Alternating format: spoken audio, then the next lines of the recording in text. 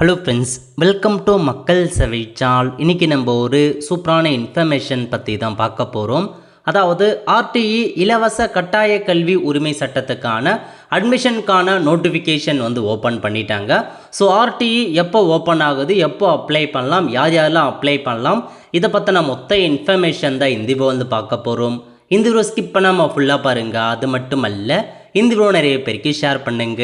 RTE குழந்தைகளுக்கான இலவச மற்றும் கட்டாய கல்வி உரிமை சட்டத்தை மத்திய அரசு 2009 பார்த்தீங்கன்னா இந்த ஸ்கீமை இம்ப்ளிமெண்ட் பண்ணிட்டு வராங்க.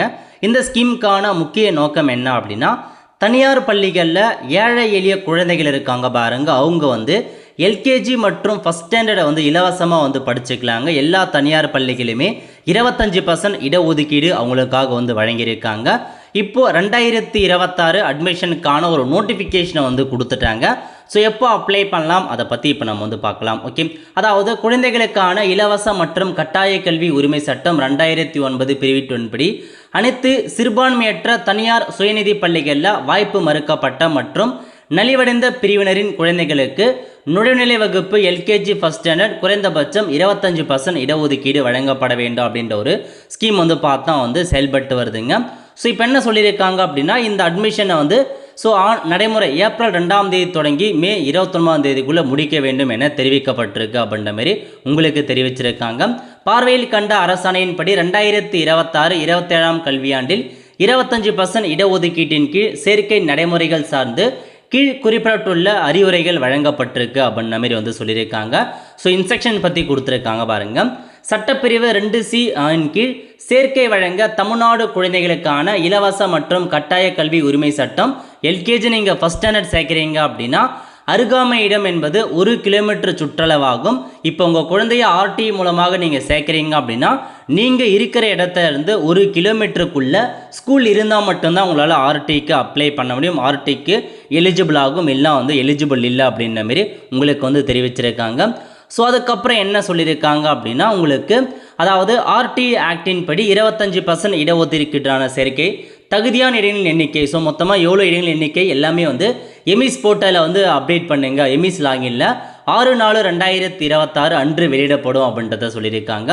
ஸோ பள்ளியின் முதல்வர் பள்ளிக்கு நிர்ணயிக்கப்பட்ட இடங்கள் எவ்வளோ இடங்கள் இருக்குது, ஒவ்வொரு ஸ்கூல்லையுமே எவ்வளோ ஸ்கூல் இருக்குது அது எல்லாமே அப்டேட் பண்ணோம் அப்படின்றத சொல்லியிருக்காங்க. நெக்ஸ்ட் இந்த ஆர்டிஇ அட்மிஷன் குறித்து 15/4/2026 அன்று பள்ளி வாரியான தகுதியான இடங்களின் எண்ணிக்கை இணையதளத்திலும் பார்த்தா எழுதப்பட வேண்டும் அப்படின்றத கொடுத்துருக்காங்க. ஸோ வெப்சைட்டில் நீங்கள் பப்ளிஷ் பண்ணோம் அப்படின்றத சொல்லியிருக்காங்க. அதுக்கப்புறம் என்ன சொல்லியிருக்காங்க அப்படின்னா, இந்த ஆர்டிஇ ஸ்கீமுக்கு நீங்கள் எப்போ அப்ளை பண்ணலாம் அப்படின்னா 20/4/2026 முதல் 18/5/2026 வரைக்கும் நீங்கள் அப்ளை பண்ணலாம் அப்படின்ற மாதிரி தெரிவிச்சிருக்காங்க. வெப்சைட் பொறுத்த வரைக்கும் இதுதாங்க உங்களுக்கான ஒரு வெப்சைட்டாக கொண்டு வந்திருக்காங்க. ஸோ அதனால் இந்த வெப்சைட் மூலமாக rti.tnschool.government.in இந்த வெப்சைட்டில் போயிட்டு தாங்க அப்ளை பண்ணுற மாதிரி இருக்கும். ஸோ இப்போதைக்கு வெப்சைட் பார்த்தா ஒர்க் ஆகலை. உங்களுக்கு அன்னைக்கு பார்த்தா இந்த வெப்சைட் செல்லுபடி ஆகுங்க. அதனால் அன்னைக்கு ஓப்பன் பண்ணுங்கள். ஸோ ஷார்ட் நோட் பண்ணிக்கோங்க. 20/4/2026 முதல் 18/5/2026 வரைக்கும் அப்ளை பண்ண ஸ்டார்ட் பண்ணிக்கலாம். ஓகே, அதுக்கப்புறம் என்ன சொல்லியிருக்காங்க அப்படின்னா, அதாவது இந்த 20/4/2026 18/5/2026 வரைக்கும் ஸோ சேர்க்கைக்கான விண்ணப்பங்களை இணைய வழியில் விண்ணப்பிக்க தக்க ஏற்பாடுகள் செய்ய வேண்டும். மேற்கான் அலுவலகங்களில் இணைய வசதி கணினி சான்றுகளை பதிவேற்ற, அதாவது இந்த இடங்கள்லாம் நீங்கள் போயிட்டு அப்ளை பண்ணலாம் அப்படின்ற மாதிரி சொல்லியிருக்காங்க. அல்லது இசேவை மையம் அல்லது நீங்களே கூட ஆன்லைன் மூலமாக அப்ளை பண்ணலாம். அந்தந்த பள்ளியில் விண்ணப்பங்கள் ஏதேனும் பெறப்பட்டால் சார்ந்த பெற்றோர்களுக்கு ஒப்புகை சீட்டு வழங்கணும், அதாவது அப்ளை பண்ணதுக்கான ரெசிப்ட் வழங்கணும் அப்படின்றத சொல்லியிருக்காங்க. மாணவர் சேர்க்கை பற்றிய விழிப்புணர்வு மக்களிடையே சென்றடையும் வகையில் எல்லா தனியார் பள்ளிகளையுமே மெயின் கேட்டில் 6x10 அடிக்கு ஸோ இந்த பேனர் மாரி வைக்கணும் அப்படின்றத சொல்லியிருக்காங்க. நெக்ஸ்ட்டு ஆர்டிஇ 25% இடஒதுக்கீட்டின் கீழ் மாணாக்கர் சேர்க்கை செய்யப்படும் பள்ளிகள் முறையாக அனுமதி மற்றும் தொடர் அங்கீகாரம் பெற்றிருக்க வேண்டும் அப்படின்றத சொல்லியிருக்காங்க. தமிழ்நாடு பள்ளிகள், அதாவது சட்டம் 2000 படி தனியார் பள்ளிகள் கட்டண நிர்ணய குழுவால் நிர்ணயிக்கப்பட்ட கட்டணத்தை எமிஸ் போர்ட்டலில் அப்டேட் பண்ணுங்க அப்படின்ற மாதிரி சொல்லியிருக்காங்க. இதெல்லாம் பேசிக் இன்ஃபர்மேஷன். நெக்ஸ்ட்டு ஆர்டிக்கு அப்ளை பண்ணுறதுக்கு என்னமான டாக்குமெண்ட் தேவைப்படும் அப்படின்னா, முதல்ல பிறப்பு சர்டிஃபிகேட், பர்த் சர்டிஃபிகேட் கேட்டிருக்காங்க. பர்த் சர்டிஃபிகேட்டுக்கு ப்ரூஃபாக நீங்கள் என்ன அட்டாச் பண்ணலாம் அப்படின்னா, பர்த் சர்டிஃபிகேட் அட்டாச் பண்ணலாம். அல்லது ஹாஸ்பிட்டல் ஆக்சிலரி மின்வைஃப் ரெஜிஸ்டர் இருக்குது பாருங்கள், அதை அட்டாச் பண்ணலாம். அங்கன்வாடி ரெக்கார்டர் அல்லது பார்த்தா அஃபிடவிட், இந்த நாலுத்தில் ஏதாச்சும் ஒரு டாக்குமெண்ட் நீங்கள் பிறப்பு சான்றாக நீங்கள் வந்து யூஸ் பண்ணிக்கலாம் அப்படின்னு சொல்லியிருக்காங்க. அதுக்கப்புறம் முக்கியமான இன்ஃபர்மேஷன் ஏஜ் லிமிட். இந்த ஏஜ் லிமிட்குள்ளே இருக்கவங்க மட்டும்தான் அப்ளை பண்ண முடியும்.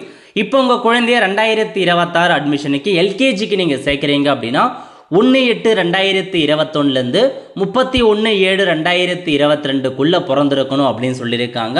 ஸோ இந்த தேதிக்குள்ளே பிறந்திருக்காங்க பாருங்கள், அந்த குழந்தைகள் மட்டும்தான் அப்ளை பண்ண முடியும். அதுக்கு முன்னாடி பிறந்தவங்களும் சரி, அதுக்கப்புறம் பிறந்தவங்களும் சரி அப்ளை பண்ண முடியாது. அதேமாரி ஃபஸ்ட் ஸ்டாண்டர்டுக்கான ஏஜ் லிமிட்டை பொறுத்த வரைக்கும் 1/8/2019 31/7/2020 பிறந்திருக்காங்க பாருங்கள், அவங்க மட்டும்தான் ஃபஸ்ட் ஸ்டாண்டர்ட் ஆர்டிக்கு எலிஜிபிளுங்க. அதுக்கப்புறம் என்ன அப்படின்னா இதில் வந்து 3 கேட்டகரியாக வந்து பிரிச்சிருப்பாங்க. அதாவது ஆர்டிஐ அப்ளை பண்ணுறது 3 கேட்டகரி இருக்கும். முதல்ல வந்து பாருங்கள், வாய்ப்பு மறுக்கப்பட்ட பிரிவினருக்கான சான்று, இது ஒரு கேட்டகரின்னு வச்சுக்கோங்க. ஸோ இந்த கேட்டகரிக்கு என்னென்ன டாக்குமெண்ட் தேவை அப்படின்னா ஜாதி சர்டிஃபிகேட் இருந்தாவே போதுமானதுங்க. இந்த வாய்ப்பு மறுக்கப்பட்ட பிரிவினருக்கு நீங்கள் அது கீழே வந்துடுவீங்க. ஸோ என்ன கம்யூனிட்டினா பிசி முஸ்லீம், எம்பிசி, டிஎன்சி, எஸ்சி, எஸ்டி இந்த கம்யூனிட்டியை சார்ந்தவங்க நீங்கள் வாய்ப்பு மறுக்கப்பட்ட பிரிவினருக்கு கீழே ஆர்டிக்கு எலிஜிபிள் இருக்குங்க.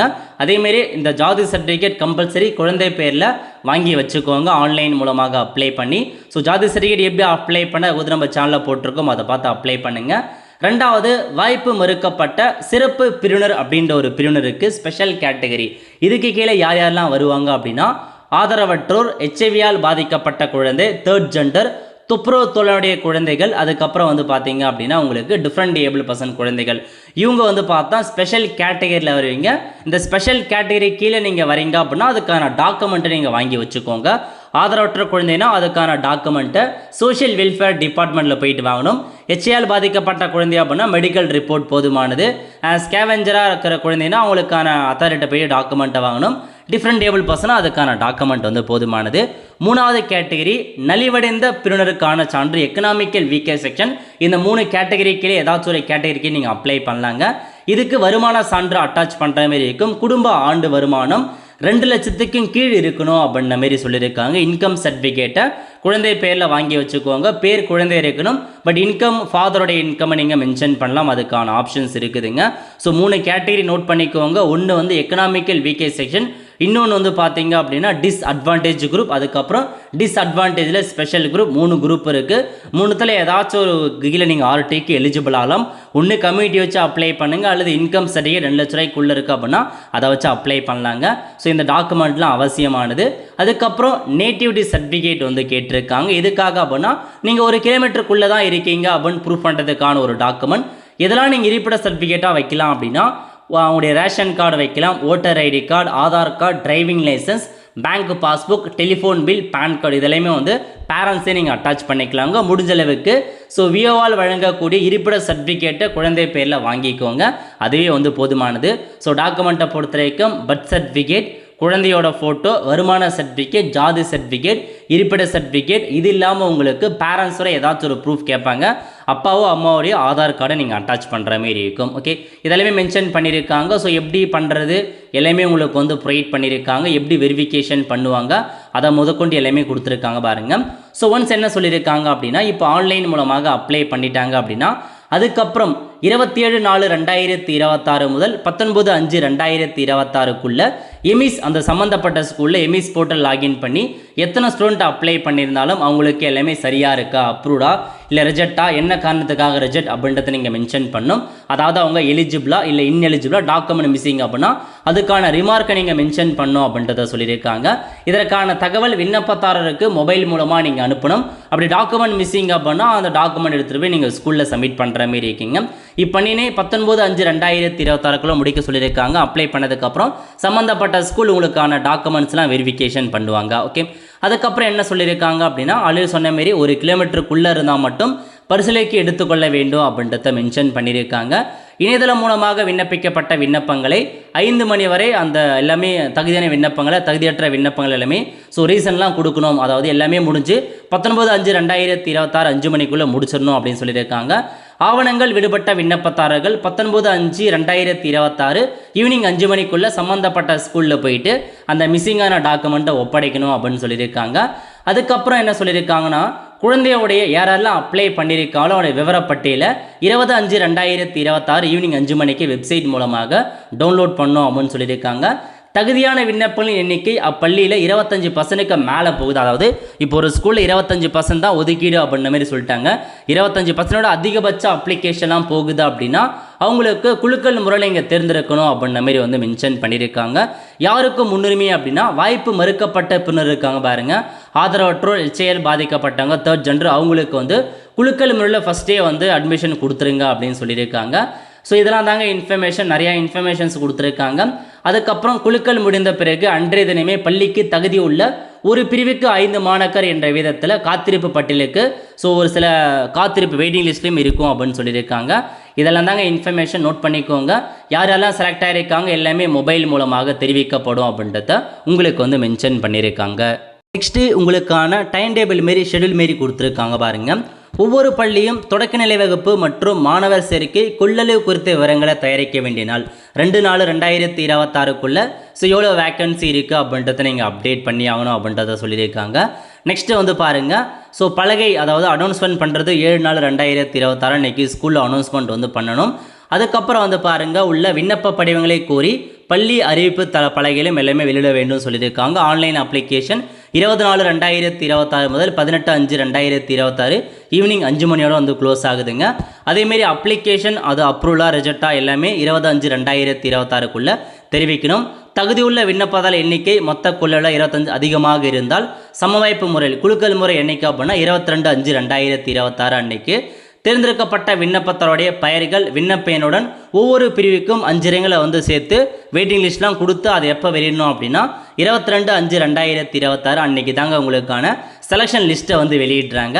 அதேமாரி வந்து பார்த்தீங்கன்னா குறிப்பிட்டுள்ளபடி மாணவர் சேர்க்கை செயல்முறை நிறைவடைந்த பிறகு பள்ளியானது சம்பந்தப்பட்ட எல்லா டீட்டெயில்ஸுமே சம்பந்தப்பட்ட மாவட்ட அதிகாரிட்ட கொடுக்கணும். அது 29/5/2026ங்க.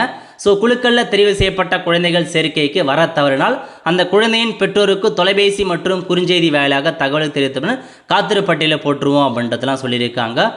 இதெல்லாம் தான் இன்ஃபர்மேஷன். சரியாக வந்து பின்பற்றுங்க அப்படின்ற மாதிரி உங்களுக்கு அறிவிப்பை கொடுத்துருக்காங்க. ஆர்டி கார்டு அட்மிஷன் இப்போதைக்கு நோட்டிஃபிகேஷன் ரிலீஸ் பண்ணிட்டாங்க. அப்ளை பண்ணுறதுக்கு ஸ்டார்ட் பண்ணிக்கோங்க.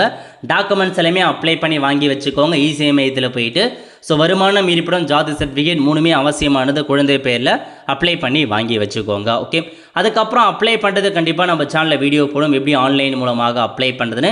இந்த மாதிரி தான் வெப்சைட் இருக்கும். அப்ளை பண்ணுறதை பற்றி கண்டிப்பாக நம்ம சேனலில் ஸ்டெப் பை ஸ்டெப்பாக வீடியோ வந்து போடுவோம். அதை பார்த்து நீங்கள் அப்ளை பண்ணிக்கோங்க. மறக்காம நம்ம சேனலை வந்து சப்ஸ்கிரைப் பண்ணி வச்சுக்கோங்க. பார்த்துருக்கான பெல் ஐக்கானை ப்ரெஸ் பண்ணுங்கள். அப்போ தான் நம்ம போடக்கூடிய எல்லா வீடியோவுமே அப்டேட்டாக வந்து சேரும்.